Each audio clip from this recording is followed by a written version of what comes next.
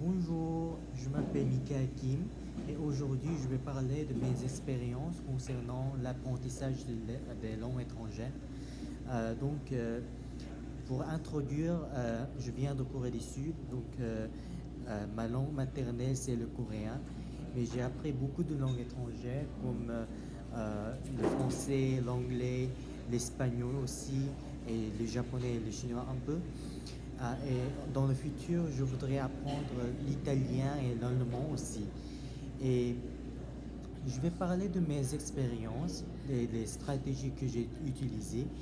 J'ai beaucoup utilisé des stratégies mnémotechniques, comme j'ai j'ai essayé d'imiter toujours les rimes des mots. Et ça m'a aidé de, euh, de mémoriser des mots, de nouveaux mots plus facilement pour longtemps. Et ça m'a aidé beaucoup, vraiment. Et j'ai aussi utilisé mon imagination parce que je suis vraiment créatif. Donc j'ai utilisé beaucoup d'imagination lorsque je mémorise de nouveaux mots ou de nouvelles expressions.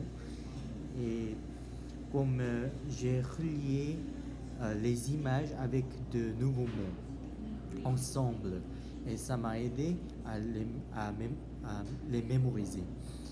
Et pour apprendre une nouvelle langue comme l'italien, je voudrais comparer les deux langues, le français et l'italien, ou l'espagnol ou l'italien, euh, parce que le français et l'italien partagent beaucoup de similarités, car ils sont, euh, les deux, ils sont les langues romantiques.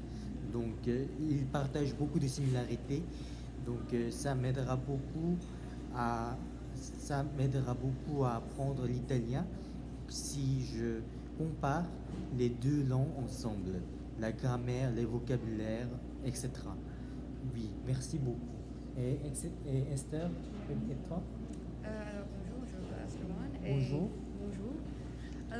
Comme vous avez dit, vous avez mentionné que vous avez utilisé des stratégies même techniques comme l'imagerie, c'était l'imagination, Mhm. quelque chose comme ça. Et pour moi, je trouve ça aussi vraiment utile avec l'apprentissage des langues. Pour moi, j'ai appris le français quand j'étais jeune, j'ai lu beaucoup de bandes dessinées par exemple, car pour moi, quand je fais le lien entre les images et les mots, ça m'aide beaucoup avec l'apprentissage, non seulement des mots, mais comment les phrases, les expressions, etc.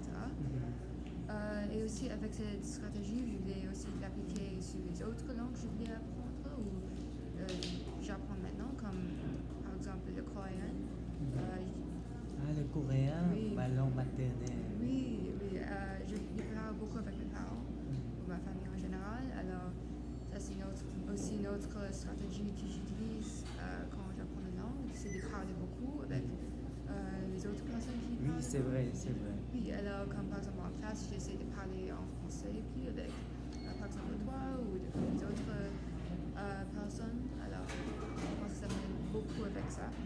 Et aussi, je regarde beaucoup des médias, comme par Mhm. exemple les médias en français, comme les séries de télévision ou comme les podcasts et Mhm. tout comme ça. Et j'espère d'utiliser cette technique pour apprendre les autres langues. Comme Mhm. dans l'avenir, je voulais apprendre l'espagnol. L'espagnol, oui, ce ne sera pas difficile pour toi si tu déjà parles le français. Il y a beaucoup de J'espère. similarités entre les deux langues. J'espère que ça va être non seulement amusant, mais aussi un peu facile. Oui, Merci. merci.